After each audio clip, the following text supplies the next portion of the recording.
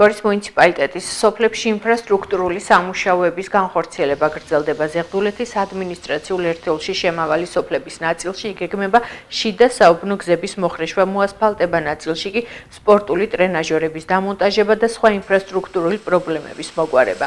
როგორც დავით ცერსვაძე ჩვენთან საუბრისას ამბობს, რეაბილიტაცია ჩაუტარდა სამამულო ომში დაღუპული გმირების მემორიალსაც, რომლის ჯამურ მაღირებულებამ დაახლოებით 17,000 ლარი შეადგინა. ინფრასტრუქტურული სამუშაოები სოფლის მხარდაჭერის პროგრამის ფარგლებში ხორციელდება. ამ წლის 11 თებერვალს ზეღდულეთის ადმინისტრაციული ერთეულში შემავალ 7-ვე სოფელში ჩატარდა სოფლის ყრიბები და კონსულტაციები, სადაც მოსახლეობის ხმათა უმრავლესობით გადავწყვიტეთ რა პროექტები განვახორციელოთ ამ წელს. სოფელ ახალშენში გამოყოფილი იყო 10,000 ლარი და მოსახლეობამ გადაწყვიტა რომ მოხრეშოთ შიდა საუბნო გზები, იმიტომ რომ ერთი უბანი არის დაზიანებული და საჭიროებს ნამდვილად. ქვემო ახალ სოფელშიც ანალოგიური პროექტი განხორციელდება, მოიხსნება შიდა საუბნო გზები. სოფელ ზეღდულეთში 16,000 ლარი მოიხსნება სასაფლაოსთან მისასვლელი გზა. ქვემო სოფელშიც 16,000 ლარია და იქაც მოვაწესრიგებთ შიდა საუბნო გზებს. ზემო სოფელშიც ანალოგიური პრობლემა.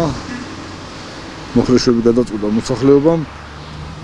სოფელ ბერშუეთშიც გვაქვს 16,000 ლარი.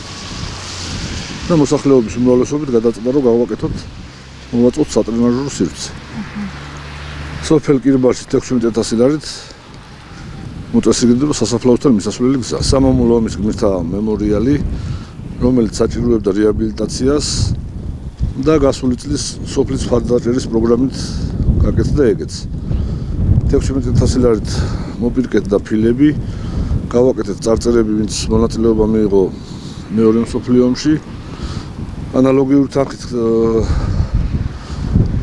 შემოიღობა აღნიშნული ტერიტორია და ჩვენც გვინდა დამატებით რამე წვლილი შევიტანოთ, დავამატოთ თვითონ მოსახლეობის ინიციატივა, წყარო გავაკეთოთ, ნარგავები ჩავრგოთ, გამტონება გავაკეთოთ, უფრო გავალ